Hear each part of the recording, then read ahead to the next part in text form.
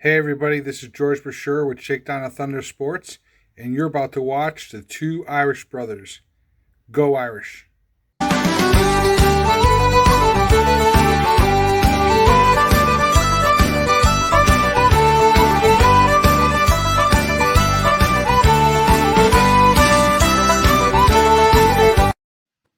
How's it going, everyone? I am Andy Sean 45, I'm Irish Benjamin 57. and together we make up the two Irish brothers. Man, that intro never gets old, does it? Nope, sure doesn't. God, catchy music. I love it, man. I love it. Well, first things first, Ben. Got to give a big shout out to the Notre Dame baseball team. They fell short in the Super Regional, but they had one hell of a season, didn't they? Yes, they did. Yes. I don't think anybody quite expected them to go as far as they did this year. So, yeah, always awesome. Yeah, exactly. And, it just, they ran into a Mississippi State team that was really, really good from what I saw. And this is coming from a guy who doesn't watch a lot of college baseball, but I probably should because there was a lot of good action. Were you able to watch any of the games in the playoffs? I have watched a few, but not as much as I guess I would normally watch. So, but it's been pretty hectic on my end. But yeah, no, Notre Dame looked good, and unfortunately Mississippi State was just a little bit better. So sometimes the way it goes. Yep. Well, I'll tell you one thing, that Nico Cavadas for Notre Dame, man, does he have a lot of power. Holy cow. Yes, he does. Potential stud in the majors, hopefully one day. You never know, right? I mean, we saw Jeff Samardzija. Yes. So. All right. Well, before we get to the main topic of this episode, let's hear a word from our sponsor. Some guys, they have it all. Some guys are just too big. Some guys, they have a ball. And some guys get left out in the rain. Some guys know for the clean, masculine scent women love, it's English leather or nothing at all. Some guys have what others want. Some guys have it all. English leather or nothing at all. Another one of those corny 80s commercials. This time it was English leather cologne. And so, real quick, I got to say this.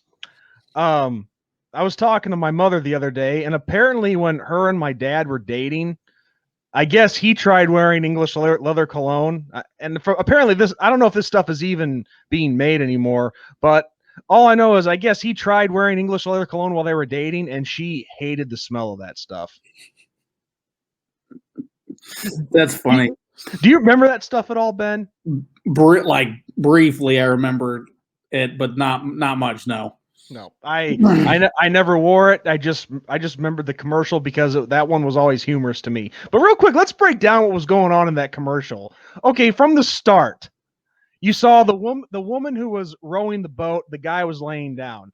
Okay, realistically, do you think that would ever happen on a date where the lady is rowing the boat and the guy's just sitting there relaxing? No. Yeah, exactly. Bullshit. If this was real, the lady would be like, "All right, you get your ass up and row. I'm not rowing here." Yep. And then let's keep going.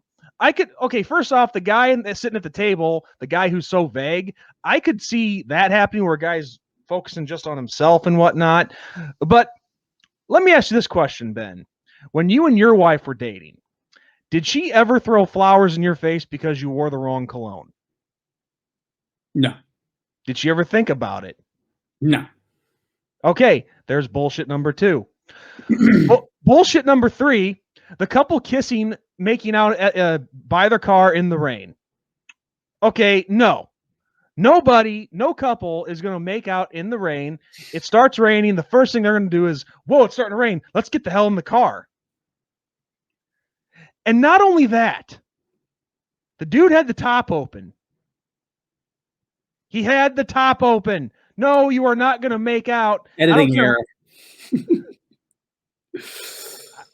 I don't care how hot the chick is. You are not going to make out with a beautiful girl and let the interior of your car get flooded. No. Yep. Okay, so that breaks down that commercial. Typical 80s cheesiness, but it's a fun memory. But you know what? I never wore it. I obviously never wore English leather. I was only like 2 when that commercial aired. It was 1988. You weren't even born yet in this case. Just about to be, but yeah. Okay. Let's see. I'll ask George. Here. Okay. Hey, George, did you ever use English leather cologne? Because he probably, but at that time, he probably would have been in college? I don't know. Yeah, I don't know either. Anyway. All right. Message sent. Let's see if he gets back to me while we're filming this episode. Okay. So, yeah. So we've been playing these commercials.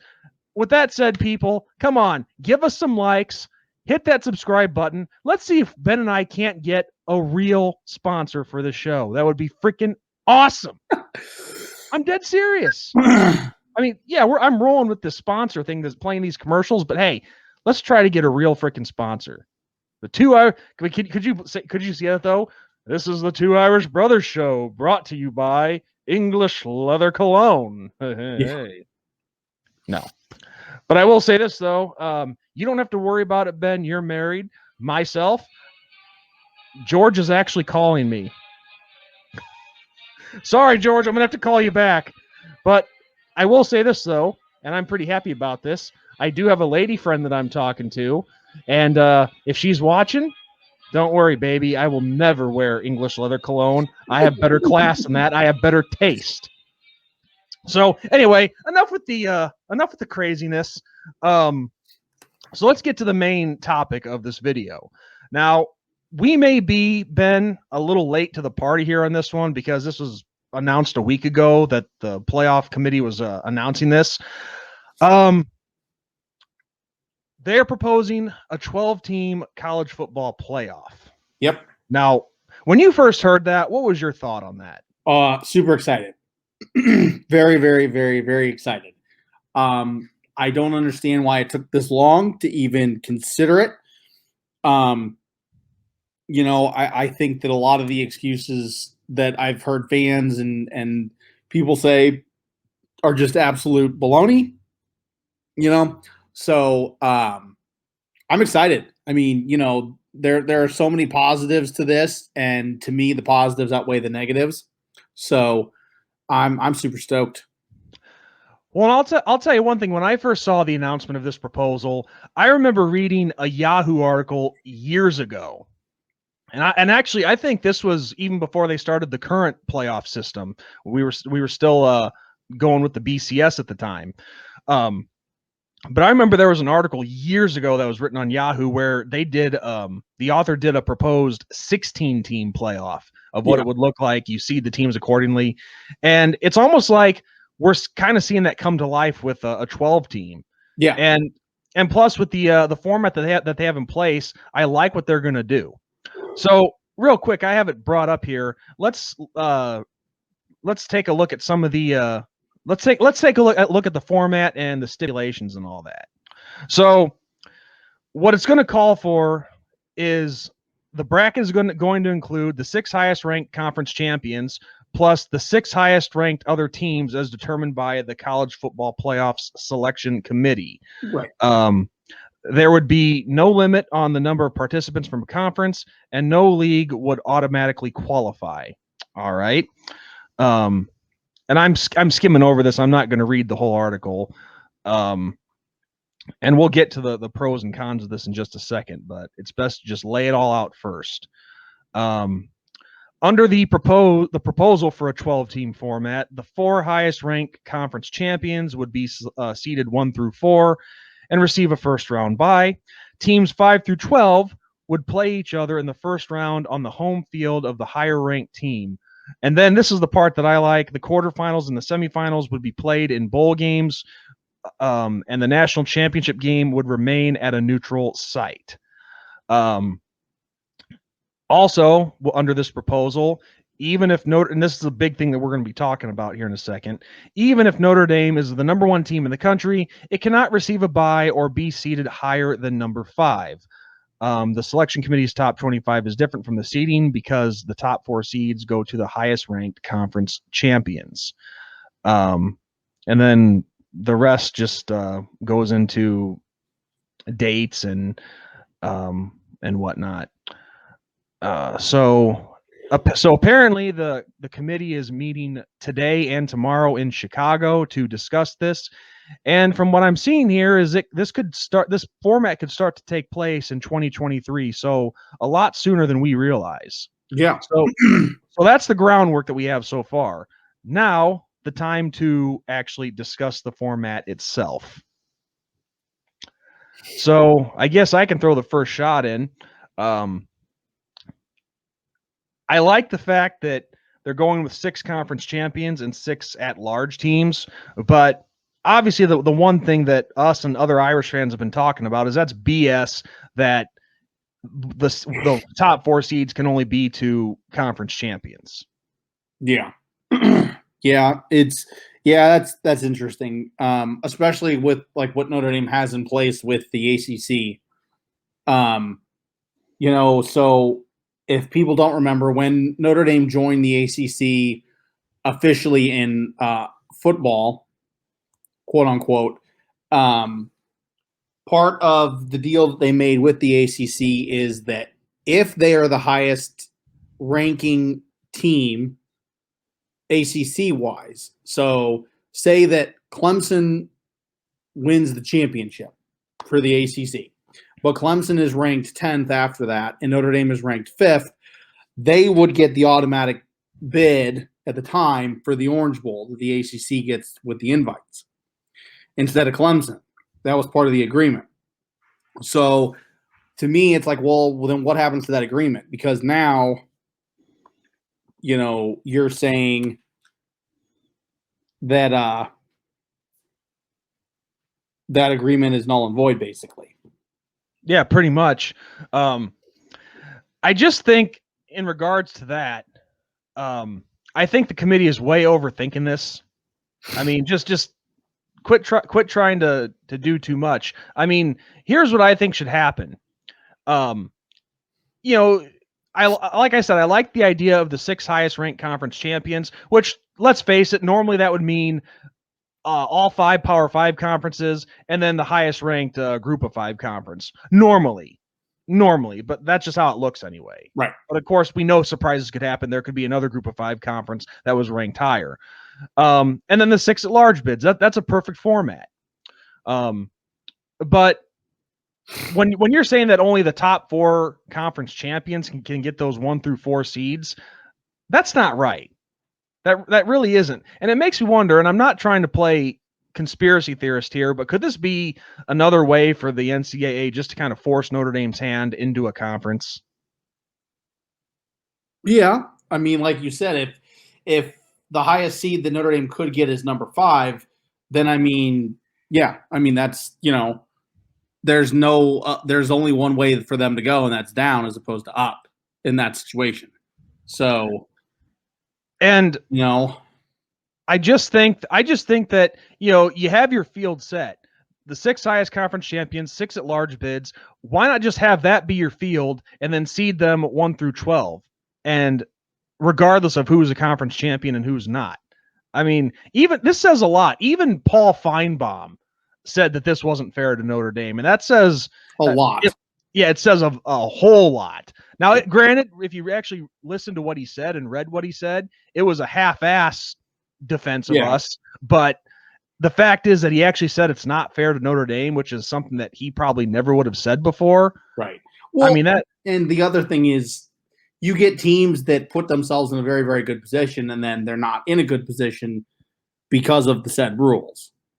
I mean, like say that you have an at-large that's higher ranked than a conference champion per se. Let's say that like Oregon is the AC or the Pac-12 champion, okay, but they have 3 losses because the Pac-12 that year just beat each other up. Okay, but then you got a team like Coastal Carolina that did everything right and blew everybody out of the water, and they're ranked 4th, and Oregon's ranked 10th, and then Oregon gets the higher seed than Coastal Carolina. In what realm is that correct? No, it's not correct, and that's exactly my point. The committee is way overthinking this. Just keep it so simple. So, I mean, That's if all you're you need to do. going to go that route with the whole, like,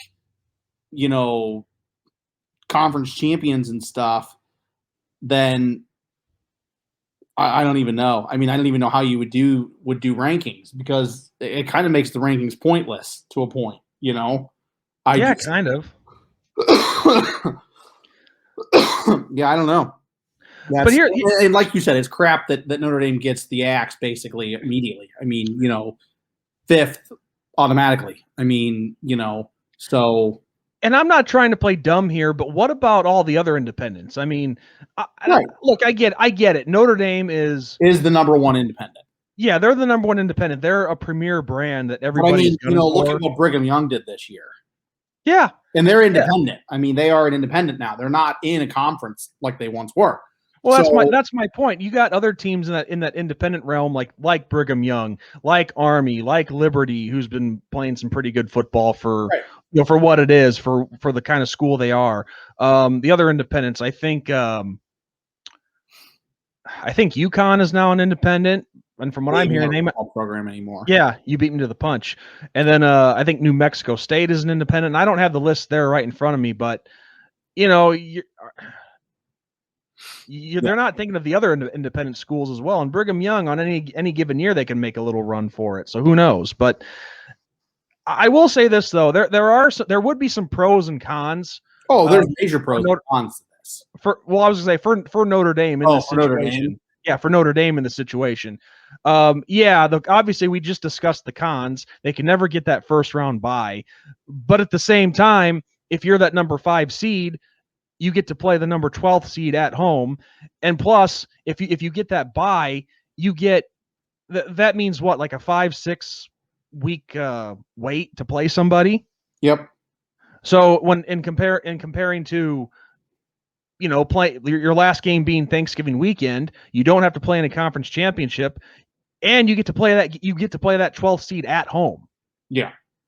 Yeah, so there's lots, and I mean there's lots of pros and cons for Notre Dame, just like there's lots of pros and cons for other schools, So yeah, I mean, and then I also think that the whole being 5th kind of creates a chip on the shoulder. I mean, you start saying, well, we're hungry. We're more hungry than the rest because, Alabama does what they need to do and they automatically get this. Well, we do what we need to do and we don't automatically get that. So we're going to be even more hungry,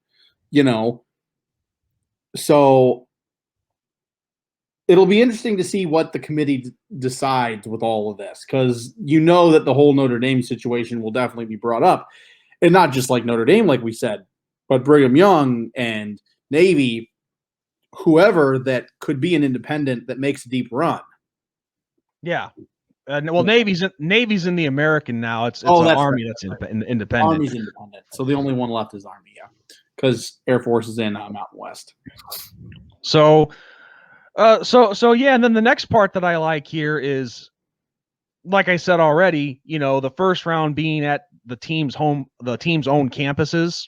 Yes, and it's funny that obviously I can't prove this, but a friend of mine actually laid out that format about the first round in an expanded playoff being at teams' own stadiums instead of neutral sites or the NY6 bowls. But this is what I really like is that you get to the quarterfinals, you then start using the NY6 bowls. Right. Well, so yeah, go ahead. I was going to say, and of course, when you get to the semifinals, it's already what it's at now. But that's the cool part is if the further you go, you can actually claim 2 major bowl victories in one season. Yeah, which I think is pretty cool. And so I like the format. I just, when it comes to the independents and Notre Dame being the top one there, it's not right that they can't get a first round bye just because of this conference stipulation, which I think is crap. And I hope Jack Swarbrick, because he's part of this playoff committee, I hope that he can, come up with an idea that helps us out a little bit. Yeah, for sure. The thing with the non-neutral field sites and being at home campuses, I think that's partly because of the NFL. Because if you're going to do playoffs, you're going to be encroaching on the NFL's territory. And neutral field sites, I mean, let's face it, are normally played, at NFL stadiums. I mean, Indianapolis hosts the Big Ten championship every year. Well, that's the Colts stadium, So, obviously you can't have them going at the same time that the pro teams are going, So the easiest way to remedy that is to say, okay, well, you'll play at your stadium then, your home stadium. So, I think the only team that could have a little bit of issue with would be Southern Cal and Miami if they were to be actually in the thick of things. Since and then University of Pittsburgh if they got there, since they share a stadium with the Steelers and the Dolphins, and Hurricanes share a stadium, and then that's the thing. This is where this is the time where obviously you don't start doing it right away. I mean, you take at least a year, because like we said, we could see this as early as 2023. Well, that gives them a full season to start, getting a jump on scheduling and make sure there's no conflicts with the NFL. Yeah. Well, and I think, here's something speculation, not a fact, and then don't take it as such, anybody watching. I think COVID forced this. If you take a step back and look at how much money these teams, lost program wise and all that, I think the best way to remedy your financial woes is to create more opportunities to make money. And the way to make more money is having people go in stadiums longer. More opportunities. So playoffs, got more people showing up. Well, that's not a political statement. That's just a financial fact. But I mean, it's not that I'm saying that whole thing, but the fact that since everything was shut down, you have to find another way to make your money. Which, I mean, we saw that in pro sports. We saw teams, start putting sponsorships on jerseys and helmets and stuff, to get the money that they were losing. I mean, unfortunately, during times of trouble, the bills still got to be paid. Yes, it's how it goes. So absolutely, and without question. So the silver lining could be, and like I said, it's speculation, but the silver lining could be with COVID, we got a 12-team playoff. That's true. And you said, and you obviously, we all know this. I mean, a 12-team playoff, that is going to be mega money. Oh yes, pretty much.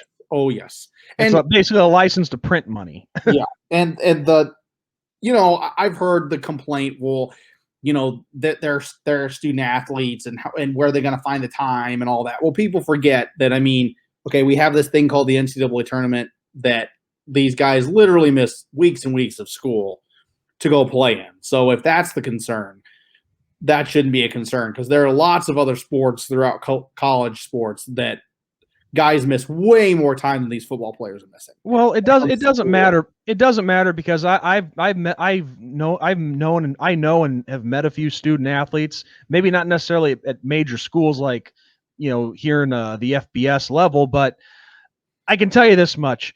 The administration, they are very lenient with giving these guys the time to make stuff up, make up exams, and so on. Well, so and that's not a problem. Yeah. And we're in technology age. I mean, you can do stuff online now that, I mean, even when you and I were in school, which wasn't that long ago, we couldn't do. I mean, we couldn't do half the things that these guys can do now, so, I mean, there's easy ways to make up work and to catch up and all that. So. Oh, absolutely. Absolutely. But I guess the overall question, Ben, to finish this off, 12-team playoff, good thing or bad thing for college football? Great thing. Great thing. All right, myself, I agree too. I again, I know it's adding on to that load, but of course we covered all that with the relevancy of it's. I think it's something that everybody's going to love. It opens up more doors for other schools that just miss and out on the 14 biggest process. pro. That is the biggest pro to this whole situation is the fact that you have all these teams that would never have that shot be given a shot. And we've seen it, and we've seen the NCAA tournament basketball expand. We've seen many other sports expand out, and we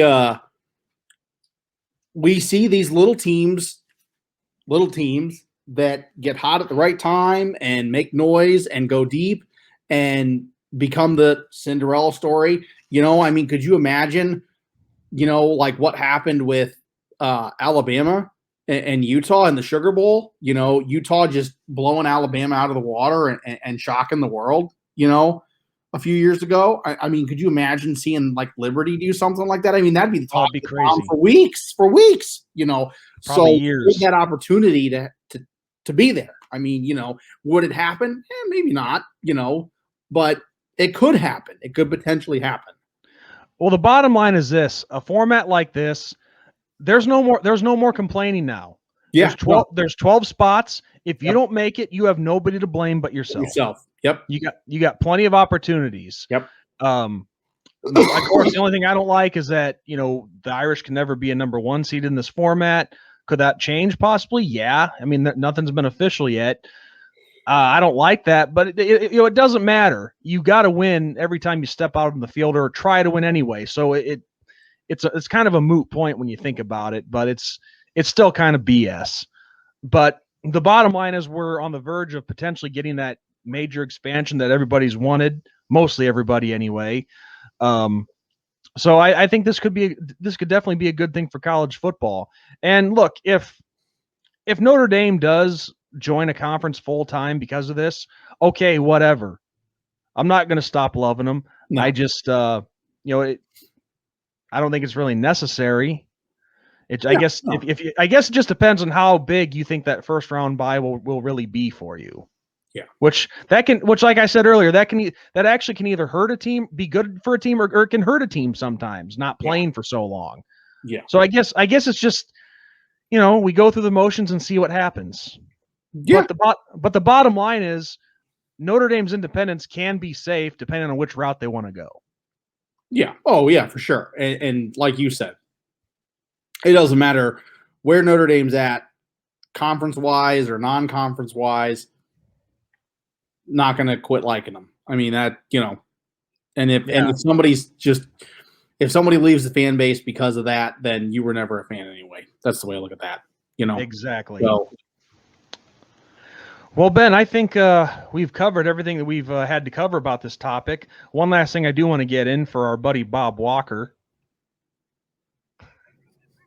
There you go, Bob. There's the appearance for this episode for you. But yeah, like I said at the start of the episode, everyone smash that subscribe and that like button, and let's see if we can't make a push and get this show a little bigger than what it is. Because that'd be cool if we were ever to actually get a sponsor. But you never say never. Nope. So on that note, everyone, I am Mendy Sean 45. I'm Irish Benjamin 57. As always, great discussion, great show, and God bless, good night, and go Irish. Go Irish.